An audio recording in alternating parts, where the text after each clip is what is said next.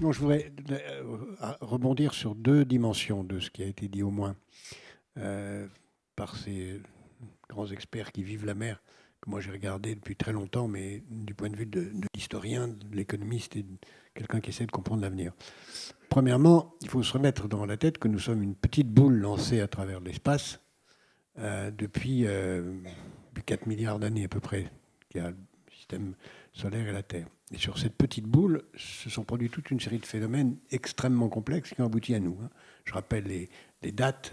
Création de l'univers il y a 13 milliards d'années, création de l'eau, d'où tout part 500 millions d'années plus tard, très tôt, le système solaire 4 milliards et demi d'années, l'eau vient sur le système solaire, on ne sait pas vraiment s'il y a de l'eau ailleurs que dans le système solaire, puis l'eau arrive pour tas de mécanismes sur différentes planètes, dont nous, surtout sur nous, mais on n'est pas la seule planète sur laquelle il y a de l'eau, et puis progressivement, l'eau crée la vie. Enfin, chacun a son avis sur la naissance de la vie, mais l'eau participe à la création de la vie autour de 3 milliards et demi d'années sous l'eau, naturellement. Et c'est extrêmement tard que la vie sort de l'eau. La vie sort de l'eau, d'ailleurs, par les plantes d'abord, puis les poissons arrivent, puis les poissons sortent de l'eau sous forme de reptiles, et la vie continue, et puis arrive l'homme. Et là aussi, c'est ce qui a été dit un peu tout à l'heure, il y a une complexité qui rend la vie possible extraordinaire, une sophistication, d'une improbabilité extraordinaire. L'équilibre, l'eau d'abord, qui est une matière tout à fait unique. L'eau est un corps très particulier, qui peut avoir 3 états, qui peut être dissous, qui peut glisser tout en étant solide à la fois. Enfin, c'est un corps tout à fait unique dans les différents corps possibles. Il y a une composition qui vient devenir saline, stable à un moment précis dans l'histoire.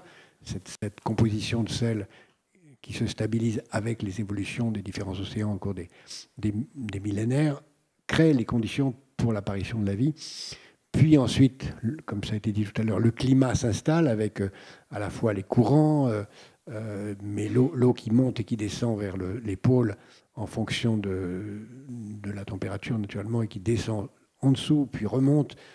C'est une horlogerie d'une complexité incroyable, d'une fragilité incroyable, dont nous sommes la pointe d'épingle. La pointe d'épingle.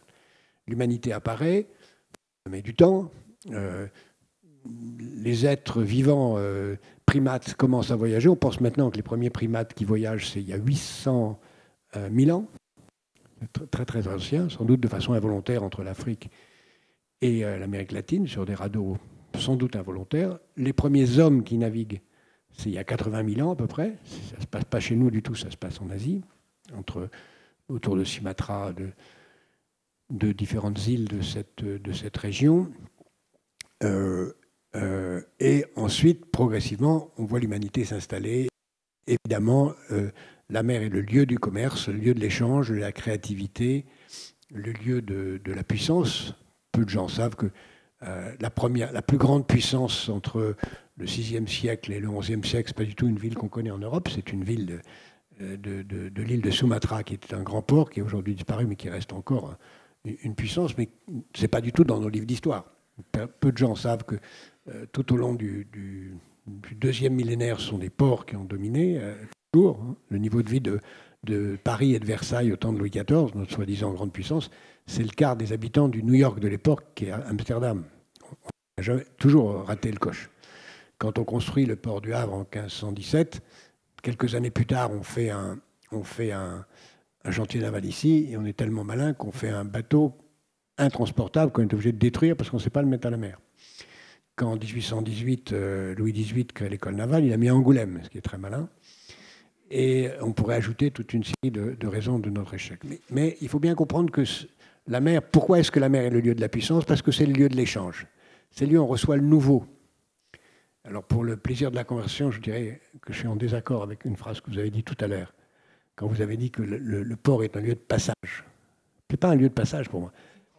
Si ce n'est qu'un lieu de passage, c'est mort. Justement, c'est un lieu où on reste, où on échange, on transforme, comme vous venez de le dire, on crée.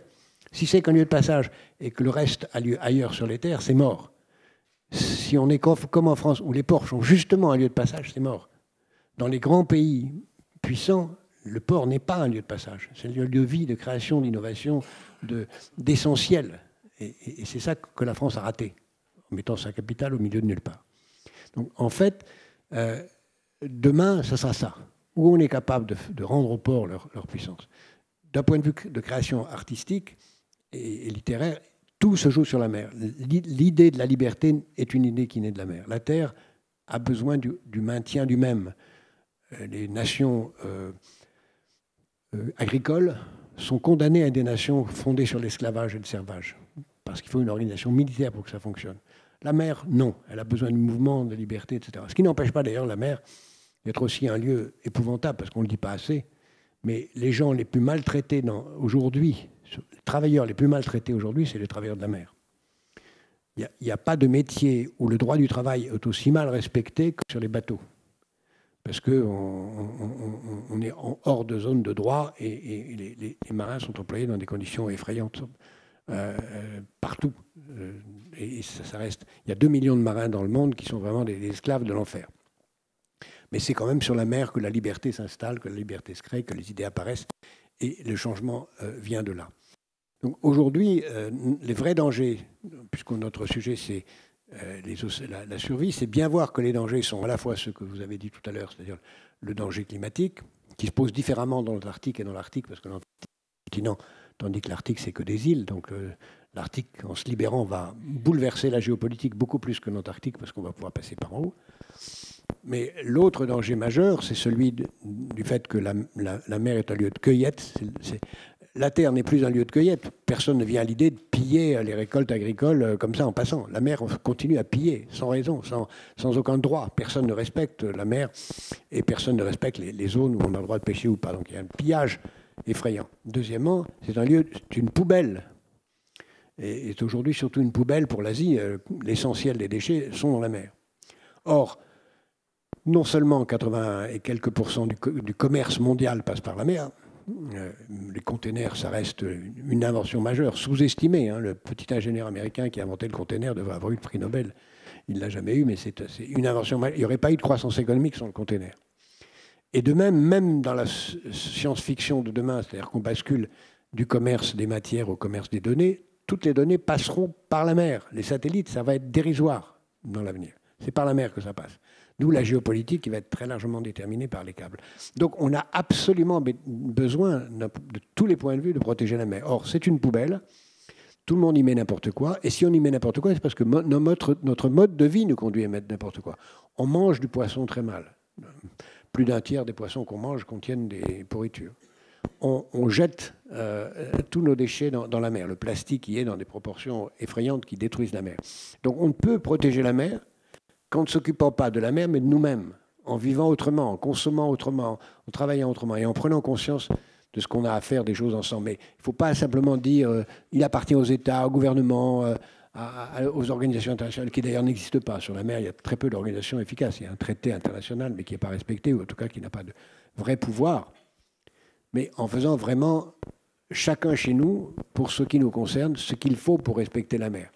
En rentrant chez vous, demandez-vous quel poisson vous pouvez manger. Demandez-vous s'il faut continuer à utiliser des produits qui ont des emballages plastiques et ce qu'ils deviennent. Et à ce moment-là, les choses commenceront à changer.